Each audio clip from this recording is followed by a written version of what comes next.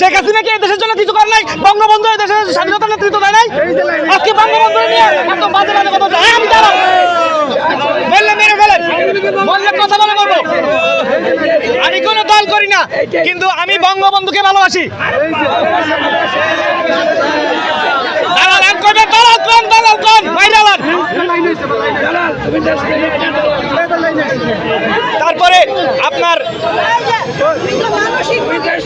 মানসিক ঠিক আছে, মেরে ফেলাক আমাকে, এতক্ষণ ধরে আমাকে হাসিল করতেছে একটা কিছু কথা মত প্রকাশ, এই হচ্ছে মত প্রকাশের স্বাধীনতা। আমি দালাল, হ্যাঁ ঠিক আছে দালাল দালাল দালাল। কে দেশ শেষ করছে? কে দেশ শেষ করছে? ঠিক আছে, এখন আপনারা কি করেন দেখবো, আমরাও দেখবো।